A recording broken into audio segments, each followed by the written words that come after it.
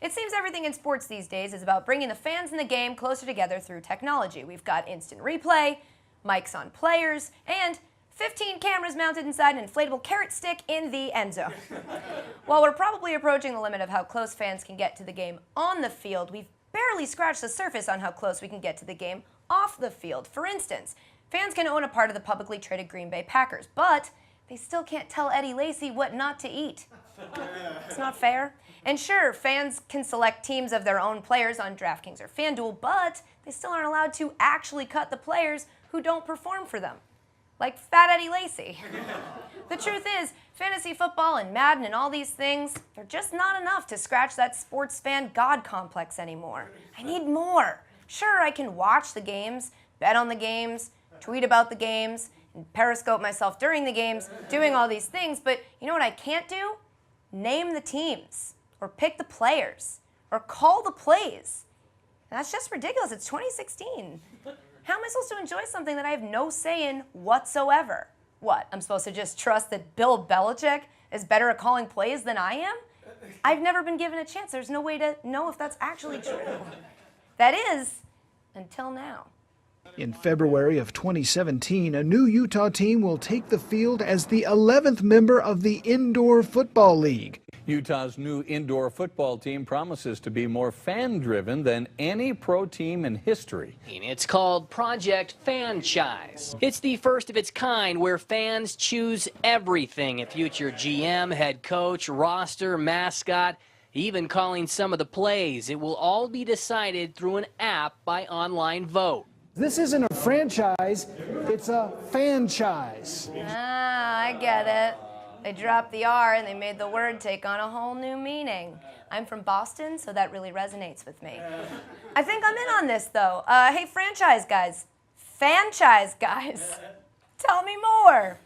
We're making history with the first ever fan-run pro sports franchise. It's FANchise! I want to change what it means to be a fan. The day that a FANchise beats a traditional team is the day that the game changes forever. We're excited to be here, and we want to bring football back. We're going to surround this team with the most incredible group of people and professionals that the world has ever seen. They got the Avengers?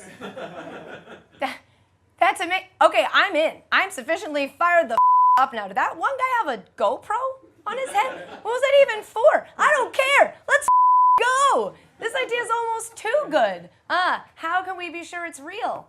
Well, head to the FANchise website and direct your attention to one of their frequently asked questions. Is this a real team in a real league? And their answer, yes, this is a real team in the Indoor Football League. You remember a guy by the name of Kurt Warner? This is the same league his team, the Iowa Barnstormers, is in. Think about it. One of the greatest QBs in NFL history played on a team in this league. That's as real as it gets. It sure is. It's like I've always said, if there's two guys I'd strive to model my football career after, the first would be Kurt Warner, obviously, and the second would be Mark Wahlberg when he tried out for the Eagles that one time. And just in case you're still skeptical about the realness of FANchise, they use the word real 15 times on their website. So it's a good sign it's def legit. I never trust anything as real unless it goes out of its way to tell me, like J-Lo or Easy Cheese. This is incredible. Fans pick the players, fans pick the city, fans call the plays in a real game. That's amazing. And if you're thinking, Katie, no it isn't, that's a terrible idea because the internet makes bad decisions, don't worry. They make fans jump through a bunch of hoops on the app and answer football trivia questions in order to prove they know enough, and then they're allowed to chime in. It's basically just like the experience every woman has at a sports bar. But there is one thing they're letting everyone pick: the team name. Well, there are two very clear leaders in the voting, and it is hard to imagine a team owner going with either of them, but it's entertaining to imagine. Interactivity begins with the name, and fans have two clear favorites: Teamy McTeamface and the Stormin' Mormons. CEO of the yet-to-be-named Utah team, Sohrab Faroudi, is not rooting for Teamy McTeamface. Hopefully it doesn't win, because those logo options are going to be, I'm not interested to see what those look like. You're not? What is wrong with you? I want to see what they look like. Are you kidding me? Teamy McTeamface? I want to see that logo so badly. I already started working on it. Check this out. Oh my God, Team McT. Do you get it? Because the mascot's a team, and it's a team, so it's a helmet on a helmet. Where do I submit this? Because the internet obviously picked Teamy McTeamface, right? What's going on, FANchise? I want to just thank you guys for all the support you guys have given us. You guys have finally found us a name, and it's called the Screaming Eagles. Let's go, baby. No! What? How can we let this happen? Sarab! That was so rude. This team was supposed to give me everything I want, damn it. I'm starting to doubt that this FANchise really values me as a fan. /scout /GM /play caller /Khaleesi. That's horrifying. And that's a shame because I was all in on this thing. I mean, I already started working on some original choreography for an end zone dance that I thought you guys should do. And I was gonna film it and post it on your website and ask people to vote for it. But I bet you wouldn't even do anything for me if I did that. Wait, what's this? The person whose video wins the most votes, we'll fly him out and sit him next to the end zone so when we score, we'll put him on the Jumbotron and he can do the dance alongside the players. I'm back in. I'm a she, and I notice you just only use male pronouns, but that counts. I want to be in the Jumbotron.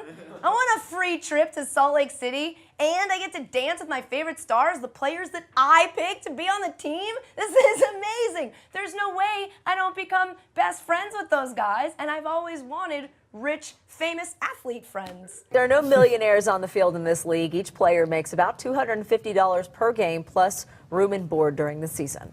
Did you said $250? A round trip flight from here to Salt Lake City is like $400, $500.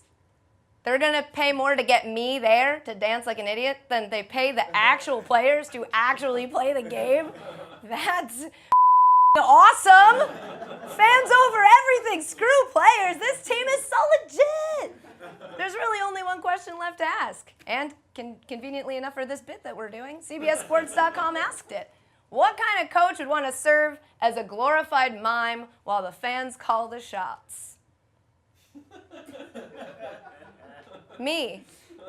Unfortunately, I'm stuck in this box, but as soon as I get out. Listen, I saw on the website that if you donate to the Indiegogo campaign, you can be an assistant defensive coordinator, or an assistant offensive coordinator, or assistant special teams coordinator, and those sound great, but your girl doesn't assist. That's my boyfriend's job. Hey, boo. Let me coach this thing. Seriously, I've got all the qualifications. I'm well-versed in listening to the internet. Been kind of doing that for years. I'm constantly on my cell phone during football games anyway, so that's nothing new for me. I have 0 football coaching experience, so I'm not going to get mad when the internet makes me run a dumb play or get defensive when the internet calls a better play than I did, Pete Carroll. And most importantly, I'm a lady. You've got way too many bros in your organization right now. Way too many. You look like a typical football team. But you're not that, remember? You're different. So get out ahead of this one. Get yourself a woman. And not just any woman, head coach Katie Nolan. Yeah.